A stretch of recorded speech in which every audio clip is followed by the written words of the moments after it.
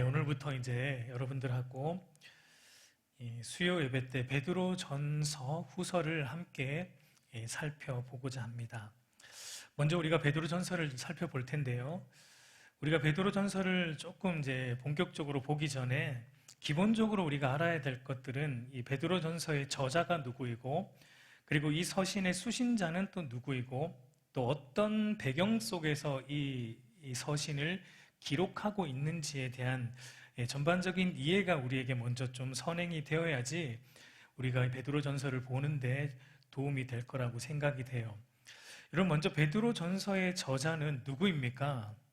네, 의심할 여지 없이 이름처럼 베드로이죠. 그것은 본문 이제 1절 서두에서도 밝히고 있죠. 예수 그리스도의 사도 베드로는 이라는 말로 이 서신은 베드로가, 예수님의 사도된 베드로가 쓰고 있다라는 것을 밝히고 있습니다. 물론 여러분, 어떤 학자들은 베드로 전서이지만 베드로가 쓰지 않았다라고 말하는 학자들도 있어요. 베드로의 저작서를 부인하는 사람들이 있는데, 대체적으로 이제 그 사람들의 주장을 보면 두 가지가 가장 큰 두 가지가 있습니다. 그 첫 번째가 뭐냐면, 이 베드로서에 원래 원문은 헬라어로 쓰여졌지 않습니까? 그러니까 헬라어의 문체가 굉장히 고급스럽고 굉장히 이 헬라어에 구사하는 능력이 뛰어나다는 것 때문에 베드로가 쓰지 않았다라고 얘기를 합니다. 왜냐하면 우리가 알듯이 베드로는 학식이 그렇게 뛰어나지 않은 어부 출신의 예수님의 제자였기 때문에 베드로가 어떻게 이렇게 훌륭한 헬라어를 구사할 수 있을까라고 학자들은 얘기를 해요. 그러나 이것도 우리가 반박할 수 있는 것이 뭐냐면, 여러분, 베드로가 이 당시 이 유대 사회는 어떤 언어가 공용어였습니까? 헬라어가 공용어였어요. 그러니까 베드로가 비록 사도 바울처럼 많은 학식을 가진 사람은 아니지만 헬라어를 구사하는 데는 큰 문제가 없었다는 거예요.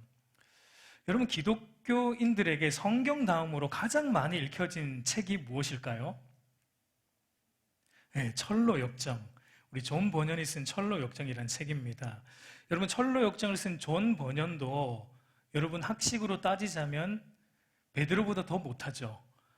오늘날로 말하면 초등학교 정도까지만 공부를 했던 사람이에요. 그리고 존 버년의 원래 직업은 뭐였냐면 댐장이었습니다. 근데 그럼에도 그가 이 철로 역정이라는, 그 철로 역정 외에도 많은 책을 썼지만 그래도 가장 뛰어난 철로 역정이라는 엄청난 책을 썼다라는 것은 그의 짧은 학식이 그 책을 쓰는데 큰 문제가 되지 않았다라는 것입니다. 여러분, 청교도인들 가운데 가장 학식으로 따지면 넘버 원인 누구냐면은 존 오웬이라는 사람이 있습니다. 혹시 들어보셨어요? 존 오웬이라는 사람은 별명이 뭐냐면 청교도의 황태자입니다. 존 오웬은 그의 나이 15살에 옥스포드 대학에 입학을 했고, 그가 석사 과정을 마치기까지 헬라어부터 라틴어까지 능통했고, 그것도 아주 유창하게 구사를 했고 수많은 고전들을 통달했던 천재 중에 천재였어요. 근데 그 존 오웬이 존 번영의 책을 읽고 이렇게 고백을 했다고 해요. 사람의 영혼과 마음을 움직이는 번연의 능력을 내가 가질 수만 있다면 기꺼이 내가 가진 지식과 바꾸겠다라고 존 오웬은 말을 했다고 합니다.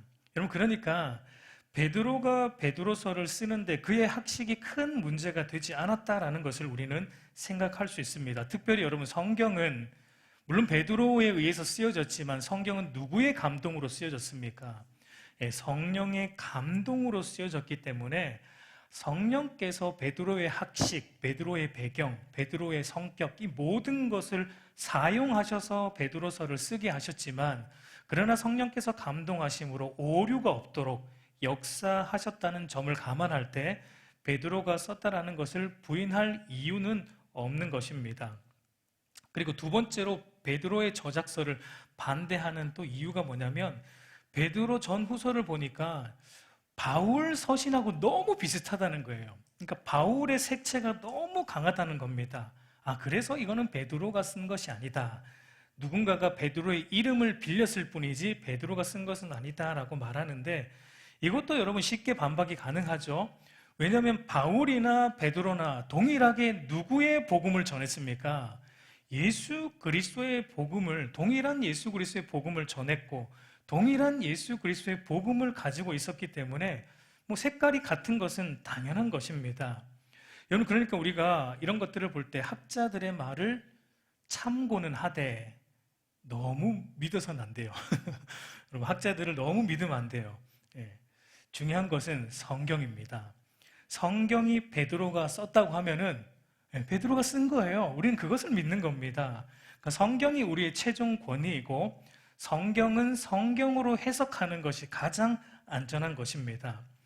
그리고 베드로는 자신을 가리켜서 뭐라고 말합니까? 예수 그리스도의 사도라고 소개를 하고 있습니다. 여러분, 사도라는 것은 굉장히 중요합니다. 이 사도라는 말은 헬라어로 아포스톨로스라는 말인데 문자적으로는 전달자라는 의미예요. 그러니까 예수 그리스도의 복음의 전달자라는 의미입니다. 여러분, 이 사도의 직분은 예수님 당시에만 있었던 한시적인 직분이라고 말할 수 있습니다.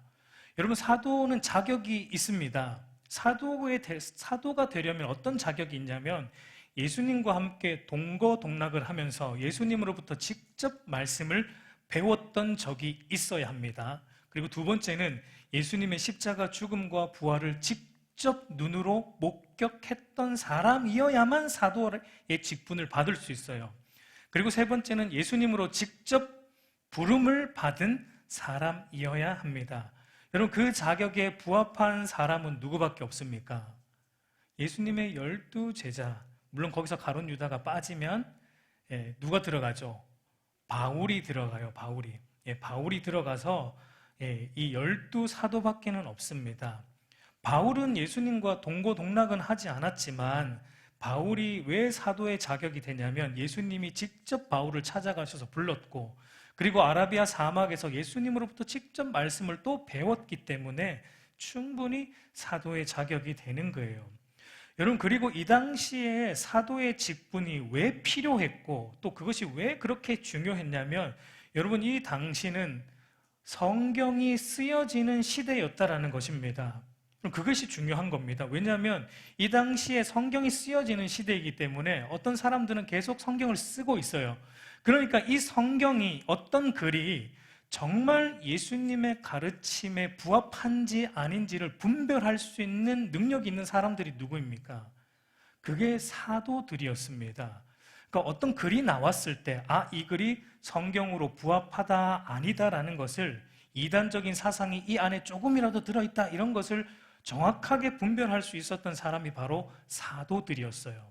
그래서 성경 66권이 바르게 정립되기 위해서는 바로 사도들이 필요했고 이 시대에는 있어야만 했던 직분이었습니다. 그러나 오늘날 이제 성경이 66권으로 완성된 이후에는 사도의 직분은 더 이상 여러분 필요가 없어진 거예요. 여러분, 오늘날도 자신들을 사도라고 가리켜는 사람들이 덜어 있죠. 신사도 운동이라 그래서 자신들이 오늘날에도 사도다 그러면서 사도들처럼 이 12사도들처럼 했던 일들을 자신들도 고스란히 할 수 있다라고 말하는 사람들이 있는데 이단들입니다. 이단적 사상이에요. 오늘날 사도의 직분은 없어요. 여러분, 성경적으로 볼 때 주님께서 다시 오시는 날까지 유지되는 직분은 사실은 뭐밖에 없습니까? 엄밀하게 성경대로 말하면은 예수님께서 다시 오시는 날까지 계속 유지되는 직분은 장로와 안수 집사밖에, 그러니까 성경대로 말하면 그래요. 장로는 여기서는 말씀을 가르치는 장로로서 오늘날 목회자를 말하고 또 교회를 다스리고 치리하는 장로로서의 오늘날의 장로들을 이렇게 두 가지로 나누어서 생각해 볼 수 있습니다. 그러니까 성경에 명시적으로 거론되는 직분은 사실은 장로와 안수 집사직 둘밖에 없어요. 오늘날 우리 권사님들, 또 서리 집사님, 또 전도사직, 강도사직 이런 직분들은 사실은 교회의 역사 속에서 교회의 필요에 의해서 만들어진 직분이다라고 할 수 있습니다. 그러니까 중요한 것은 여러분, 직분 자체가 아닙니다. 중요한 것은 그 직분을 어떻게 감당하는가, 그게 중요한 겁니다. 직분을 바르게 감당하는가. 여러분, 목사는 목사의 직분을 바르게 감당하는 게 중요한 거예요. 그 타이틀이 중요한 게 아닙니다. 목사는 말씀과 기도에 전무하는 그 일에 감당을 해야 되고, 우리 장로님들은 교회의 모든 부분을 돌아보고 다스리고 치리하는 일을 감당하셔야 돼요. 예. 직분만 있고 예배만 드리면 여러분, 장로님들 안 됩니다. 교회의 여러 부분들을 우리 장로님들은 다스리고 돌아봐야 돼요. 우리 권사님들과 안수 집사님들도 마찬가지죠. 교회의 여러 재반 사항들, 행정 사항들을 잘 돌아보고 감당해야 하는 거예요. 그러니까 직분을 가지고 있는 것이 중요한 게 아니고, 우리에게 하나님이 주신 이 직분을 내가 교회에서 어떻게 사용하고 있는가, 잘 감당하고 있는가, 그것이 중요하다라는 것입니다. 다음으로 여러분, 베드로는 이 서신의 수신자들을 또 소개해주고 있죠. 1절을 보면은 본도, 갈라디아, 갑바도기아, 아시아와 비두니아에 흩어진 그리스도인들에게 이 서신을 쓰고 있다라고 말합니다. 여러분, 여기에 나오는 이 지역들은 그 당시로 보면은 로마의 속국 아래에 있는 소아시아의 도시들이고, 오늘날로 말하면 어디냐면 터키 지역이에요. 터키 일대를 가리키는 지역입니다. 여러분, 이 당시 이 지역들의 특징이 뭐냐면 로마의 지배 아래에 있었고, 로마의 지배 아래에 있다는 것은 어떤 문화가 팽배했다라는 겁니까? 헬라 문화가 팽배했고 헬라 문화의 영향력을 받은 도시들이었다라는 거예요. 그러니까 이런 도시에 흩어져 있는 그리스도인들에게 베드로가 편지를 쓰고 있다라는 것은, 사실은 이 베드로의 수신자들은 대부분 이방인 그리스도인들일 가능성이 높고, 물론 흩어져 있는 유대인들도 있고, 어쨌든 이렇게 흩어져 있는 그리스도인들에게 편지를 쓰고 있다는 것은, 쉽게 말해서 기독교 가치관으로 사는 것이 쉽지 않은 현장에 놓여 있는 그리스도인들에게, 그러니까 헬라의 가치관 속에 있다는 것은 기독교 가치관과 완전 다르기 때문에, 기독교 가치관으로 살아감으로 인해서 여러 가지 갈등과 부딪힘이 있는 이 시대를 살아가는 흩어져 있는 성도들에게 베드로가 위로를 주려고 이 서신을 쓰고 있다라고 우리는 볼 수 있습니다. 여러분, 그래서 베드로 이제 전서를 우리가 앞으로 보겠지만 보면은 유난히 어떤 단어가 많이 등장하냐면 고난이라는 단어가 많이 등장해요. 그 가운데 너희가 고난 중에 있다. 그러니까 고난이라는 단어가 굉장히 많이 나오는 것을 볼 수 있습니다. 물론 이 고난은 어떤 부딪힘과 갈등의 정도는 국가의 공식적인 핍박이나 순교 수준은 아니었을지라도 여러 가지 삶의 정황에서 이 부딪힘과 갈등과 고난이 있었다라는 것을 말합니다. 그리고 이 베드로의 활동 기간이 여러분, 네로 황제, 로마의 네로 황제의 활동 기간과 겹친다는 점을 생각해 볼 때 일정 부분 굉장한 핍박도 있었다라는 것을 우리가 감안할 수 있어요. 그러니까 아주 소소한 핍박부터, 아주 소소한 갈등과 부딪힘부터, 그리고 큰 핍박과 물리적인 핍박이 있었던 시대를 살아가고 있는 그리스도인들에게 베드로는 이 서신을 통해 위로의 말씀을 주고 있다라고 우리는 생각해 볼 수 있습니다. 여러분, 오늘 우리가 살아가는 현실도 물론 당시처럼 물리적인 핍박은 없지만, 그러나 예수 그리스도를 믿는 믿음과 신앙을 가지고 살아가는 것으로 인해서 오늘 우리도 어떻습니까? 갈등이 있죠. 여전히 세상과 부딪힘이 있고, 오늘 이 시대에도 여전히 있어요. 그래서 오늘날 이 세속적인 사회에서 그리스도인으로 살아가는 것은 어쩌면 이 시대의 그리스도인의 모습과 사실은 거의 똑같다라고 볼 수 있습니다. 그래서 우리도 고민을 많이 해요. 과연 이런 세속적 가치관이 있는 세상과 문화 속에서 어떻게 믿음을 지킬 수 있을까? 이런 직장 속에서 어떻게 내가 그리스도인으로 구별됨을 지킬 수 있을까? 성경이 말하는 그리스도인답게 살아감으로 오는 이 갈등과 부딪힘을 어떻게 해결할 수 있을까 하는 이런 고민들을 우리도 하고 살아가고 있지 않습니까? 바로 이런 갈등과 부딪힘의 문제에 대해 베드로가 답을 주려고 이 베드로 전서를 쓰고 있는 거예요. 그러니까 베드로 전서는 세상에 속하지 않고 하나님께만 속하기로 한 교회와 성도가 이런 세상을 통과하며 지나갈 때 어떤 갈등과 핍박으로 부딪히게 되는지, 그리고 그런 낯섦과 거기에서 오는 핍박을 어떻게 극복할 것인지를 제시해주고 있는 서신이라고 우리는 볼 수 있어요. 그러니까 오늘날에도 이 베드로전서가 우리에게 너무나 필요한 서신인 것을 우리는 알 수 있습니다. 여러분, 그렇다면 이 세상 속에서 구별된 그리스도인으로 살아감으로써 부딪히는 갈등의 문제를 해결하기 위해서 베드로가 제시하고 있는 답변이 여러분 무엇입니까? 오늘 1, 2절에 사실은 다 나와요. 사실 1, 2절만 알면은 베드로 전서 끝까지 어떤 내용인지 이미 다 나온다라고 볼 수 있습니다. 우리 한글 본문과 헬라어 원문 본문은 조금 차이가 있습니다.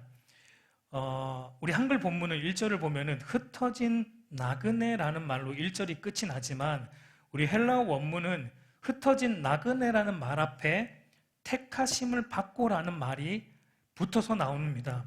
여러분, 헬라어 원문을 직역하면 이렇게 말할 수 있는데 우리 한번 같이 읽어보도록 할게요. 시작.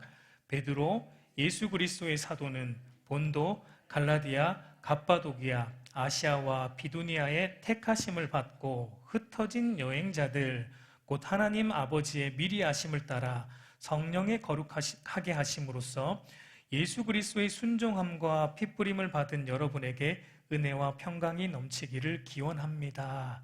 이것이 원문을 직역하면 이렇게 말할 수 있습니다. 그러니까 베드로는 여러분 세상 속에 있는 교회와 성도의 정체성에 대해 두 가지로 묘사해주고 있는데, 첫 번째는 택하심을 받은 자, 그리고 두 번째는 흩어진 여행자라고 말하고 있습니다. 여러분, 분명 베드로 전서는 말했지만 세상 속에서 그리스도인으로 살면서 여러 가지 갈등과 부딪힘으로 인해 고난 중에 있는 그리스도인들에게 쓰고 있는 서신인데, 베드로는 그 갈등과 부딪힘의 문제를 다루기 전에 먼저 무엇을 알아야 된다라고 말하고 있습니까? 교회됨의 의미가 무엇인가, 성도됨의 의미가 무엇인지를 베드로는 피력하고 있어요. 그러니까 여러분, 이것이 무엇을 말하냐면 어떤 면에서 교회의 정체성, 성도의 정체성을 명확하게 알면은 세상에서 겪는 우리의 갈등, 이 부딪힘의 문제도 자동적으로 해결이 된다라는 점이 사실은 이 안에 내포되어 있는 것입니다. 우리가 좀 구체적으로 살펴보면, 첫 번째로 베드로는 세상 속에 있는 교회와 성도의 정체성에 대해 어떤 정체성을 가지고 있는가? 첫 번째로 교회는 세상으로부터 따로 불러내어진 하나님의 택하심을 받은 존재라고 말하고 있습니다. 여러분, 그러면 누가 하나님의 택하심을 받을 수 있다라고 베드로가 말하고 있어요? 택하심의 자격이 무엇입니까? 하나님의 미리 아심을 따라 택하심을 입었다라고 말합니다. 여러분, 이 말은 하나님으로부터 택하심을 받은 것은 우리 편에서의 자격과 조건은 조금도 없다는 것을 베드로는 말하고 싶은 거예요. 오로지 하나님의 미리 아심의 근거에서 하나님께서 우리를 택하셨고 하나님의 구별된 백성으로 삼으셨다라는 것을 베드로가 말합니다. 여러분, 이것을 달리 말하면은 교회는, 성도는 누가 계획하셨다는 겁니까? 하나님께서 계획하시고 하나님께서 디자인하신 것이다라는 얘기예요. 인간의 뜻으로 세워진 것이 아니고 인간 스스로의 의지로 인해 성도가 된 것도 아니고 오직 하나님의 뜻에 의해서 성도로, 교회로 부르심을 받았고 세워졌다라는 것을 말하고 있습니다. 그러니까 교회와 성도로 택하심을 받은 저와 여러분이 어떤 존재라는 것입니까? 여러분, 교회와 성도는 이 세상 속에 있는 하나님의 뜻이라는 것입니다. 여러분, 교회와 성도, 저와 여러분들이 하나님의 뜻이라고 얘기하고 있는 거예요. 하나님의 미리 아심을 따라 하나님의 뜻대로 택하셨기 때문에 하나님의 뜻이 무엇이냐라고 물어보면은 여러분 뭐라고 대답하면 되냐면 바로 저와 여러분이다라고 대답하면 되는 거예요. 굉장히 영광스러운 말이에요. 이것이 저와 여러분이 하나님의 뜻이란 얘기예요. 창세전부터 하나님이 가지고 계셨던 뜻이 뭐냐면 교회이고 성도라는 것을 베드로가 말하고 있습니다. 여러분, 옆에 분들 보세요. 하나님의 뜻이 보입니까? 우리 사랑하는 성도 여러분, 여러분, 세상이 여러분을 규정하는 대로 여러분을 정의하고 여러분을 보지 않기를 바랍니다. 하나님께서 여러분을 규정하시는 대로 여러분 자신을 보시기를 바라요. 교회와 성도는 창세전에 하나님께서 하나님의 뜻을 따라 미리 아심을 따라 택하신 자들이다라는 것입니다. 교회와 성도는 창세전 하나님의 미리 아심을 따라 계획한 하나님의 뜻이다라는 거예요. 여러분, 그 뜻을 벗어난 것이 바로 이 세상이에요. 그러므로 하나님의 영원전 계획 속에 그 뜻이 담긴 교회와 성도를 통해 하나님은 다시 세상을 변화시키고자 하는 것이고, 다시 이 세상을 교회와 성도를 통해 재창조하시는 그 일을 저와 여러분들을 통해 하고자 하시는 것이 하나님의 뜻이다라는 겁니다. 여러분, 그러니까 교회와 성도는 다시 세상으로 돌아가서는 안 된다라는 거예요. 교회와 성도는 세상으로 돌아가서는 안 된다라는 겁니다. 여러분, 세상이 교회를 통해 변화를 입어야 되는 거예요. 이것이 교회와 성도의 정체성이다라고 사도 베드로가 첫 번째로 말하고 있는 것이고, 두 번째는 베드로는 세상 속에 있는 이 교회와 성도가 어떤 존재인가, 두 번째는 바로 교회와 성도는 세상 속에서 흩어진 나그네와 같다라고 말하고 있는 것을 우리가 보게 됩니다. 여러분, 여기 나그네라는 말이 헬라어 원문으로 보면은 어떤 의미냐면 좀 체류하는 외국인, 어느 나라에 잠시 머무는 외국인이라는 의미가 있습니다. 그러니까 나그네라는 표현도 맞지만 어떤 의미에서 좀 여행자라는 의미에 가깝다라고 볼 수 있어요. 여러분, 여기에는 이중적인 의미가 있어요. 1차적인 의미, 영적인 의미는 뭐냐면 우리가 잘 아는 대로 여러분, 성도는 참된 본향이신 하나님 나라를 향해 가는 순례자라는 의미가 이 말 안에는 담겨 있어요. 빌립보서 3장 20절 우리 한번 같이 읽어보도록 하겠습니다. 시작. 그러나 우리의 시민권은 하늘에 있는지라 거기로부터 구원하는 자 주 예수 그리스도를 기다리노니. 이 성도의 참된 시민권은 하늘에 있다. 바울이 이렇게 말합니다. 비록 우리가 이 땅에 몸을 담고 이 세상 시민으로, 특별히 우리는 대한민국 시민으로 살지만 그럼에도 우리의 참된 시민권은 어디에 있다고요? 하나님 나라에 있다. 그렇기 때문에 우리는 이 세상을 순례자처럼 살아가는 자들이다라는 것을 말하고 있습니다. 히브리서 기자도 이렇게 말하고 있어요. 히브리서 11장 13절 한번 같이 읽겠습니다. 시작. 이 사람들은 다 믿음을 따라 죽었으며 약속을 받지 못하였으되 그것들을 멀리서 보고 환영하며 또 땅에서는 외국인과 나그네임을 증언하였느니라. 이 믿음의 사람들의 특징이 뭐냐면 이 땅에 속해서 살지만 이 땅에 소망을 두지 않는 것이 믿음의 사람들의 특징이에요. 믿음의 사람들의 특징이에요. 이 땅에 속해서 살지만 이 땅에 소망을 두지 않고 이 땅을 잠시 거쳐가는 외국인처럼, 나그네처럼 살아가는 것, 이것이 흩어진 나그네라는 의미가 있는 1차적이고 영적인 의미입니다. 그러나 어떤 면에서 베드로가 주고자 하는 더의 궁극적인 의미는 2차적인 의미인데, 좀 우리에게 실제적인 의미인데 그것은 어떤 것일까요? 그것이 어떤 의미냐면 바로 이 세상, 그러니까 하나님으로부터 택함을 받은 세상과 다른 존재인 성도가 이 세상 속에서 다른 방식으로 살아감으로 다른 목적, 삶의 목적을 가지고 살아가는 것을 때문에 오는 이 세상 속에서 느끼는 이질감, 소외감을 가진 존재라는 의미가 사실은 이 여행자라는 의미 속에 베드로가 주고자 하는 더 큰 의미가 있다라고 우리는 생각해 볼 수 있습니다. 여러분, 예를 들어서 우리가 언어도 다르고 문화도 다른 외국에 있다라고 한번 우리가 여행을 갔다라고 생각을 해보자고요. 여러분, 그러면 당연히 기분이 어떻습니까? 당연히 뭔가 소외감이 있고 이질감이 있죠.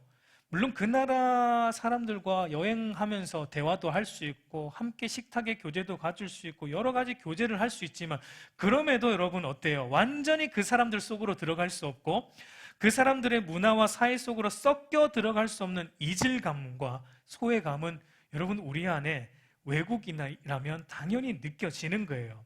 그러니까 이 세상에서 교회와 성도로 산다라는 것은 바로 그런 것과 같다라는 것을 베드로는 얘기하고 있습니다. 여러분, 세상은 거룩하지도 않고 하나님의 말씀에 순종하지도 않는 이 더러운 문화와 가치관이기 때문에 성도, 거룩함으로 부름받은 성도, 말씀에 순종하도록 부름받은 성도로 살아간다라는 것은 이 세상 속에서 어떻습니까? 이질감이 느껴지고 소외감이 느껴지고 세상 사람들과 다른 삶의 방식, 다른 목적과 다른 방향으로 우리는 살아가기 때문에 오는 이 핍박, 고난, 갈등, 부딪힘을 가지고 살아갈 수밖에 없다라는 점에서 성도와 교회는 여행자다, 흩어진 여행자다라는 것을 베드로가 얘기하고 있는 것입니다. 여러분, 그러니까 교회의 정체성, 성도의 정체성은 이 세상에서 영원히 뿌리 내릴 수 없다라는 거예요. 이 세상에 영원히 머물 수 없다라는 겁니다. 그러니까 한마디로 여러분, 교회와 성도의 특징들이 뭡니까? 이 세상에서 항상 뭘 느껴야 돼요? 우리가 이 세상을 살면서 이 세상이 어떻게 느껴져야 된다는 겁니까? 낯설게 느껴져야 된다라는 것이 성도됨의 정체성이다라는 것을 말하고 있어요. 이 세상에 우리가 비록 몸담고 살아가지만 이 세상의 가치관과 문화가 적응이 안 돼야 돼요. 왜냐하면 그들의 가치관, 그들의 삶의 목적과 방향이 우리가 가지고 있는 가치관과 목적과 방향이 서로 완전히 반대이기 때문입니다. 여러분, 그러니까 오늘 우리가 이 세상을 살면서 이 세상이 여러분 뭔가 이질감이 느껴지지 않고 낯설게 느껴지지 않으면 우리가 문제 있는 겁니다. 네, 우리가 문제 있는 거예요. 그것은 예수 그리스도의 복음이 없는 세상 속에서 하나님 없는 불신자들과, 물론 우리는 얼마든지 좋은 관계를 맺으며 사회적인 이 관계를 맺으며 살아갈 수 있지만, 그러나 그들과 함께 살아가면서 우리 안에 늘 뭔가 낯설다라는 게 느껴지는 것이 당연한 겁니다. 그게 느껴지지 않으면 여러분, 우리가 아직 여행자로 살지 않고 있다라는 것을 의미합니다. 여러분, 제가 이제 이번 주 월요일 날 연휴였잖아요. 우리 아이들이 학교를 안 가서 아이들하고 이제 한번 저기 범계역 쪽에 거기 먹거리도 많고 한번 애들하고 같이 나갔었는데 굉장히 붐비더라고요. 모두가 바쁘게 쇼핑을 하고 뭐 이것저것 하는데 적응이 안 돼요. 모형실에만 있다가 오랜만에 나갔는데 적응이 안 되더라고요. 너무 그렇게 흘러가는 그 세상의 삶 속에, 물론 그게 나쁘다라는 건 아니에요. 즐길 수 있어요. 하나님이 주신 환경이기 때문에. 그런데 뭔가 이렇게 이질감이 느껴지고 뭔가 소외감이 느껴지고 빨리 여기를 떠나고 싶다라는 생각, 그런 게 좀 느껴졌습니다. 성도와 교회라는 것은 이 세상 속에서 우리는 그런 존재로 살아갈 수밖에 없다라는 것을 베드로는 얘기해주고 있습니다. 그런데 여러분, 이게 단순한 여행자의 신분은 아니라고 또 베드로는 말하는데, 여행자인데 어떤 여행자냐? 흩어진 여행자라고 우리에게 말해주고 있습니다. 이 흩어진이라는 말이 헬라어로 우리가 잘 아는 디아스포라라는 얘기입니다. 여러분, 이 말은 당시 성도들이 지리적으로 다양한 곳에 흩어졌다라는 의미도 있지만, 이 단어가 주는 또 다른 의미가 뭐냐면 흩쳐 뿌려진이라는 의미가 있어요.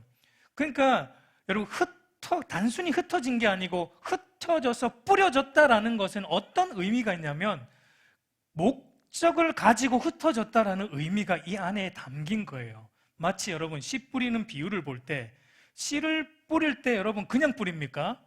목적이 있죠. 열매를 맺고자 하는 목적을 가지고 씨를 뿌리는 거예요. 그런 표현이에요. 하나님이 교회와 성도를 택하여 세상 속에서 불러내어서 택하여서 이 또 세상 속에 흩어져 뿌렸다라는 것은 하나님께서 목적을 가지고 그렇게 성도들을 여행자로 두셨다라는 거예요. 그 목적이 무엇입니까? 하나님의 열매를 맺기 위함이라는 것입니다. 그러니까 하나님으로부터 택함을 받아서 흩어진 여행자와 같이 살아가는 교회와 성도는 어디를 가든 무엇을 하든지 이 목적의식이 뚜렷해야 되는 거예요. 이 목적의식, 그러니까 내가 어디에 있든지 어디를 여행하든지 어디에서 무엇을 하든지 나를 보내신 하나님의 목적의식이 있어야 돼요. 그냥 흘러가는 것이 아니라 하나님이 주신 목적의식, 하나님의 열매를 맺혀내는 것, 하나님 나라를 만들어내는 것, 하나님의 거룩한 신적 성품을 만들어내는 것.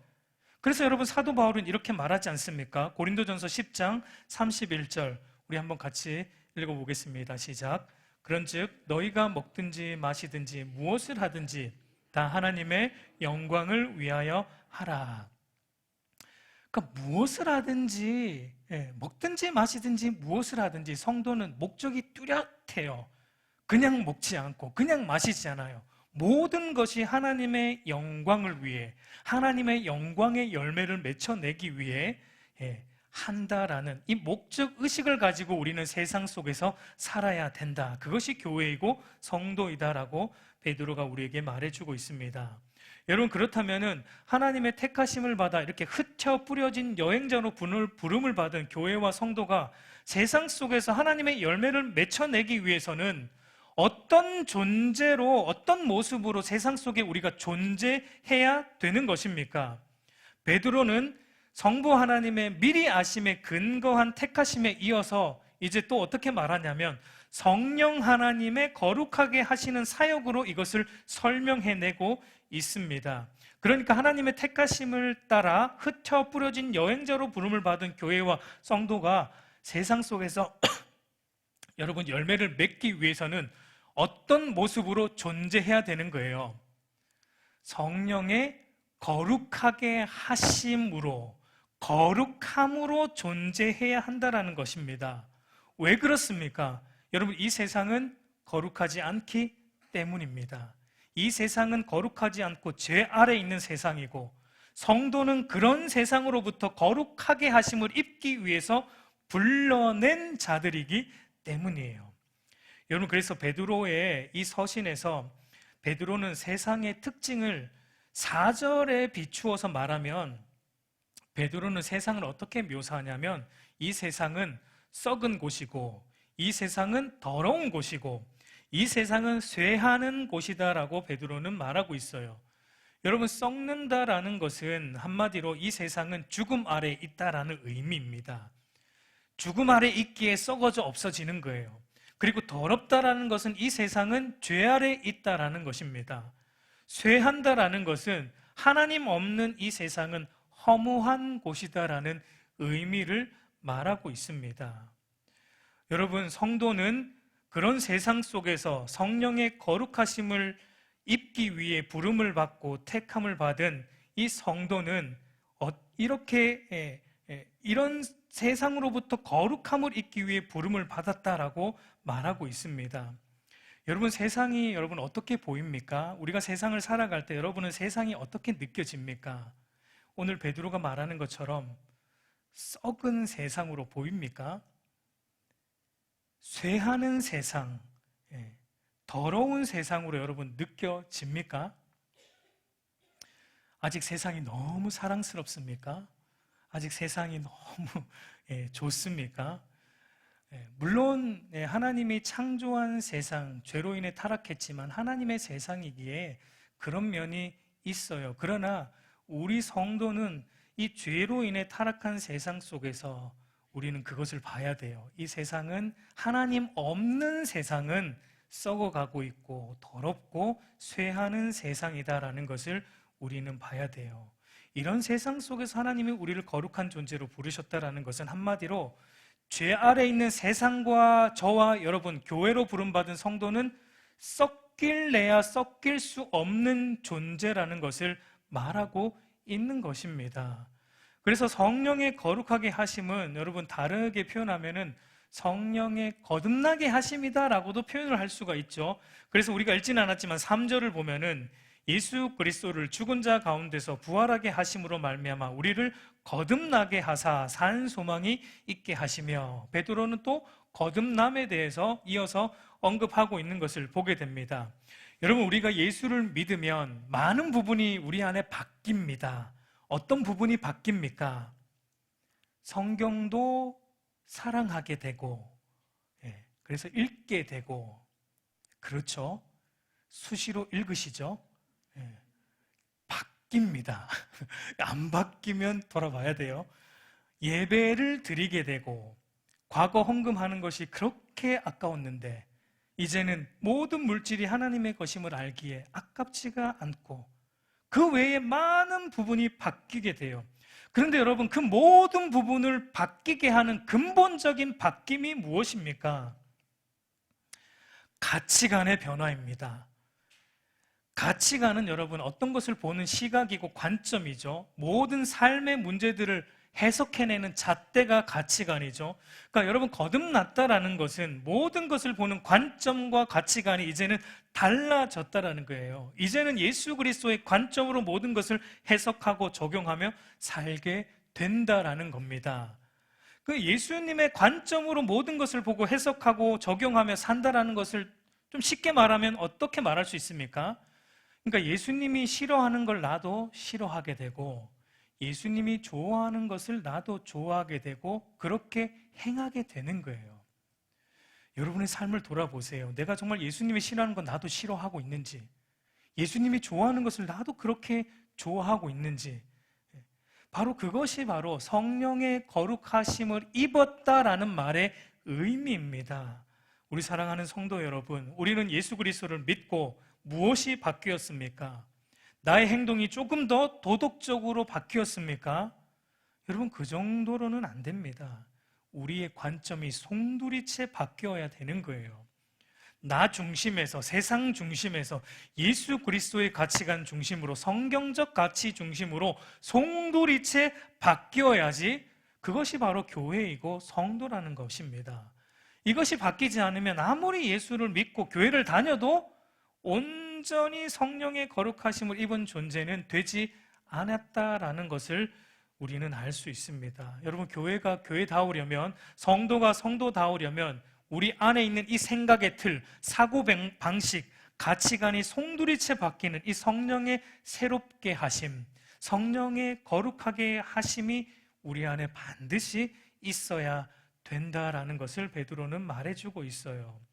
여러분, 교회와 성도가 성령의 역사를 힘입어서 아무리 귀신을 쫓아내고 아무리 병을 낫게 하고 아무리 온갖 신비한 역사와 은사를 다 일으킨다 할지라도, 그래서 교회가 수적으로 엄청나게 늘어난다 할지라도, 여러분, 이것이 안 되면 이 예수님의 가치를 따라 죄에서 돌이키는 참된 회개가 일어나지 않고 거룩한 삶으로의 변화가 우리 안에 일어나지 않는다면 그것은 아무 소용이 없다라는 것을 말하고 있는 거예요. 여러분, 그리고 이렇게 성령 하나님을 통해 거룩하게 하심을 입은 그 근거가 무엇이고, 그리고 그렇게 거룩함을 입은 교회와 성도가 이제 나아가야 할 방향이 어디라고 베드로가 우리에게 말해주고 있습니까? 성령 하나님을 통해 거룩함을 입은 근거와 거룩함을 입은 교회와 성도가 나아가야 할 방향은 바로 성자 예수님의 순종과 핏부림이라고 베드로는 우리에게 말해주고 있습니다.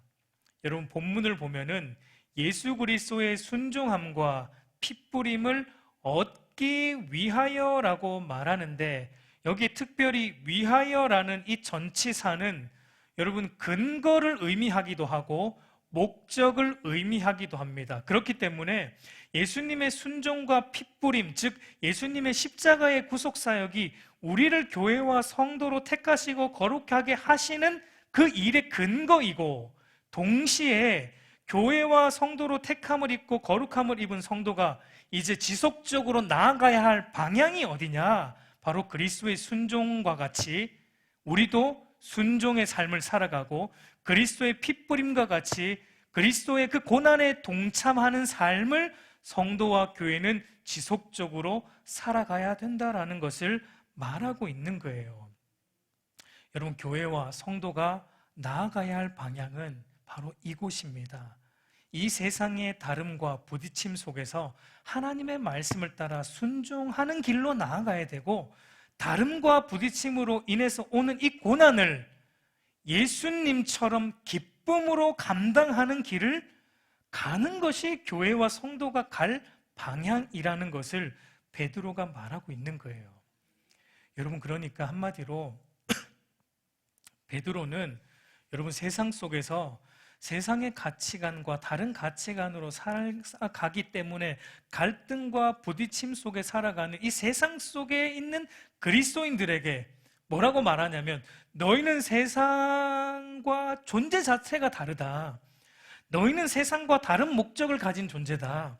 너희는 세상이 가는 방향과 다르다. 그러니 갈등과 부딪힘이 있는 것은 당연하다라는 말을 사실은 하고 있는 거예요. 여러분, 그래서 베드로전서 4장 12절을 보면 이렇게 말하죠. 사랑하는 자들아, 너희를 연단하려고 오는 이 불시험을 이상한 일 당하는 것 같이 이상히 여기지 말고라고 말합니다. 그러니까 갈등과 부딪힘은 당연하다라는 거예요. 여러분, 이것이 사도 베드로가 오늘 세상 속에서 믿음 때문에 갈등하고 부딪힘을 가지고 살아가는 성도들에게 주는 사실은 답이라고 볼 수 있어요. 이 세상에서 믿음으로 사는 것 너무 어렵습니다. 도대체 어떻게 해야 됩니까? 갈등과 부딪힘이 너무 많습니다. 도대체 이런 상황 속에서 우리가 어떻게 살아가야 됩니까? 라고 질문하고 있는 성도들에게, 그리스도인들에게 베드로가 주는 답은 너희의 존재됨을 생각해라. 너희는 세상 속에서 다른 목적을 위해 하나님으로부터 택함을 받은 자들이고, 그 다른 목적은 거룩함이고 예수 그리스도처럼 말씀에 순종하며 고난을 기뻐하고 이 세상을 잠시 머무는 여행자로 살도록 너희가 부름받았다라는 사실을 기억해라. 그런 너희 존재, 너희의 정체성을 너희가 명확하게 알면 이 세상 속에서 오는 갈등과 부딪힘은 지극히 자연스러운 것이라고 생각이 되지 않을까? 거룩하신 하나님께 소속된 너희는 세상과 시작부터 다르고 과정도 다르고 결과도 다르다. 그러니 이상하게 여기지 말라라고 베드로는 이렇게 답을 주고 있는 거예요. 여러분, 베드로는 교회와 성도는 세상과 다른 출발점에 있다. 세상과 다른 목적을 가지고 있다. 세상과 다른 방향을 가고 있다라는 것으로 교회의 존재됨, 성도의 존재됨을 말하고 있습니다. 여러분, 그래서 어떤 교회가 정말 좋은 교회입니까? 우리 알곡교회가 정말 좋은 교회가 되기를 여러분 다 소망하시잖아요. 어떤 교회가 정말 좋은 교회입니까? 사람들이 많이 모이는 교회, 많은 편의시설과 많은 유익한 프로그램들을 갖춘 교회가 좋은 교회입니까? 네, 오늘날 많은 이들은 그런 것을 좋은 교회의 기준으로 삼고 그것을 최우선으로 두고 교회를 정합니다. 그러나 성경적으로 볼 때 좋은 교회는 어떤 교회냐면 세상과 다른 방향으로 가는 교회가 좋은 교회예요. 믿지 않는 사람들이 교회 안에 들어왔을 때 적응을 못하는 교회, 여러분, 그게 사실은 좋은 교회입니다. 뭔가 세상 사람들이 교회 안에 들어왔을 때 이질감이 느껴지는 교회. 세상 사람들이 들어왔는데 설교가 너무 쉽게 들려요. 설교가 너무 쉽고 별로 부담도 안 되고 찔림도 없고 부딪힘도 없고 분위기가 교회 밖이나 아니나 별 차이 없는 그런 교회. 그게 좋은 교회가 아니에요. 성경적으로 말하면 그래요. 그거는 여러분 좋은 교회가 아니에요. 오히려 그것과 반대되는 교회가 좋은 교회입니다. 그런데 여러분, 오늘날 교회를 보십시오. 전부 어떤 교회를 추구합니까? 누구나 편하게 왔다가 돌아갈 수 있는 교회, 누구나 편하게 들을 수 있는 쉽고 짧은 설교가 전해지는 교회, 누구나 부담 없이 왔다 갈 수 있는 그런 편안한 분위기의 교회를 하나같이 목회자들도 그런 교회 만들려고 하고 성도들도 그런 교회를 다 원합니다. 여러분, 과연 그것이 성경적인 교회가 맞습니까? 오늘 사도 베드로의 말에 의하면 그것은 바른 교회가 아니라는 것입니다. 세상을 닮은 교회, 세상 사람들이 와도 아무런 이질감이 느껴지지 않는 교회는 성경적 교회가 아니에요. 교회는 여러분 세상과 다른 출발이고 다른 목적이고 다른 방향을 향하는 가는 것이기 때문에 절대로 세상과 섞일 수 없기 때문에 세상이 들어오면은 이것은 부대껴야 되고 이질감이 느껴져야 되는 것입니다. 우리 사랑하는 성도 여러분, 이 세상을 살면서 갈등과 부딪힘이 있는 것은 우리가 하나님의 택함을 받은 거룩한 존재를 증명해주고 있는 것이다라는 것을 여러분 기억하십시오. 여러분, 중요한 것은 그래서 그런 갈등과 부딪힘이 아니에요. 그건 당연한 거예요. 중요한 것은 뭐냐면 우리가 얼마나 교회됨의 정체성, 성도됨의 정체성, 이 정체성을 우리가 안에 얼마나 뚜렷이 가지고 있는가가 중요하다고 베드로 사도가 우리에게 말하고 있는 겁니다. 이것을 너희가 명확하게 해라. 이것이 명확하지 않으면 너희는 교회가 아니다. 너희는 성도가 아니다. 라고 베드로가 여러분 우리에게 힘주어 말하고 있는 거예요. 그리고 그것을 베드로전서 내내 이 5장 안에서 계속 그것을 지금 풀어서 이제 베드로가 앞으로 설명을 해줄 것입니다. 여러분, 교회됨, 성도됨의 의미를 알면 이 세상에 오는 갈등과 부딪힘은 아무것도 아닌 것이 됩니다. 우리는 여러분 항상 큰 것에 집중하는 연약한 자들이죠. 그래서 여러분, 성부 하나님의 미리 아심을 따라 택함을 받았고 성령의 거룩함의 하심을 입었고 예수 그리스도의 순종과 핏부림에 이르게 된 이 삼위 하나님의 구원하심이 크게 보이면 우리의 삶에 일어나는 갈등과 부딪힘은 작게 보이는 것입니다. 여러분, 저와 여러분 안에 삼위 하나님으로 채우시기를 바라요. 그러면 이 세상은 문제가 되지 않는 것입니다. 여러분, 저와 여러분을 둘러싸고 있는 것이 이 세상 같지만 그렇지 않습니다. 우리를 둘러싸고 우리를 억압하고 우리를 억누르고 우리를 답답하게 하는 것이 이 세상 같지만 그렇지 않아요. 우리를 둘러싸고 있는 것은 세상보다 크신 삼위 하나님이다라고 사도 베드로가 고난 가운데 있는 성도들에게 말하고 있는 거예요. 삼위 하나님에게 집중해라. 삼위 하나님을 봐라. 그분이 너희를 택하였고 그분이 너희를 붙들고 있고 그분이 너희를 거룩하게 했고 그분이 너희를 예수 그리스도의 순종과 핏부림으로 오게 했다. 삼위 하나님께서 너희와 함께 하고 있다. 그걸 보면 갈등이 문제가 되겠니? 그걸 보면 이 부딪힘이 뭐가 문제가 되겠냐라고 베드로는 우리에게 말해줍니다. 우리 사랑하는 성도 여러분, 우리는 매일매일 믿음 때문에 갈등하며 살아갑니다. 그러나 그 속에서 우리가 눈을 들어 봐야 될 것은 우리 삼위 하나님의 크심과 삼위 하나님의 구원하심입니다. 그것을 매 순간 봄으로 저와 여러분이 세상 속에서 교회된 존재, 택함을 받은 성도된 존재로 살아가는 그 영광스러운 직분을 바르게 감당하는 은혜가 있기를 우리 주님의 이름으로 축복합니다.